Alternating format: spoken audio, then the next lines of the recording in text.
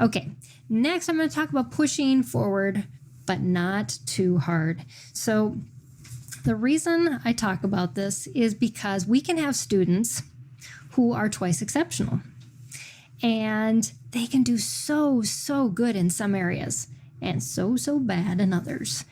And how do we balance that? Well, I have 3 2E learners. So that's 6 times the problem. But what I have learned is that in the areas that my children excel, I give loving pushes constantly to keep them moving in the direction of still making them strive for that next level. But again, not to the point where they're so burnt out that they stop. And so this is an example, and also not push them so hard in other areas where they are struggling that they again shut down either. So my oldest has had a struggle learning to read. We lived in a state where we had to do testing every year, and at age 11, he was still a non-reader. Not that we weren't doing reading lessons every day, and I was encouraging him with audiobooks, and because my main goal was to have him love literature, not that he would be reading on grade level at a certain age.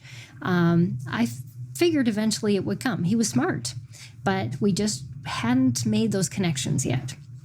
And so I trusted in that because we were doing things uniquely. I wasn't comparing myself to anybody else, although sometimes I did think, is this child ever going to learn to read?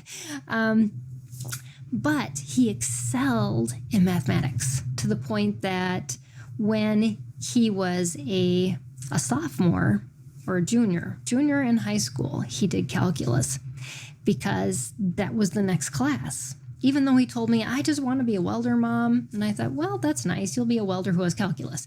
But it was something he was good at. And he actually did enjoy doing calculus with me. And so that was fun. In 5th grade, we ended up doing a mechanical engineering course because he was so engaged in building things.